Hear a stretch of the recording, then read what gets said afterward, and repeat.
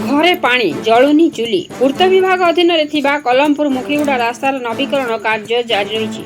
जूनागढ़ उपविभाजन माध्यम कलमपुर पंडिगा छकरू चूरागा 16 किलोमीटर रास्तार नवीकरण समय तेंतुली खुंटी पटेलपड़ा भितर लहड़ी मारुछि वर्षा पानी। घरे पानी पशि अनेक परिवार चुली जलु नाही। घर बाहर आंठुए लेखाएं पानी रही छुआ पिला नहीं लोके असहाय हो पड़छंती। पड़ारे थिबा बंशीधर पटेल नामक जने दृष्टिहीन व्यक्ति विशेष भाव प्रभावित होइछंती। पानी जमी रही परिवेश विपर्यस्त हो पड़ी। कादुओ पानी दे पिला माने बाहरले थंडा ज्वर हेतुवा बेले मशा मासी रही आगामी दिन में झाड़ाबांति भली रोगर प्रभाव पड़ार आशंका एड़ाई दि जाई पारे पड़ावासी कहते।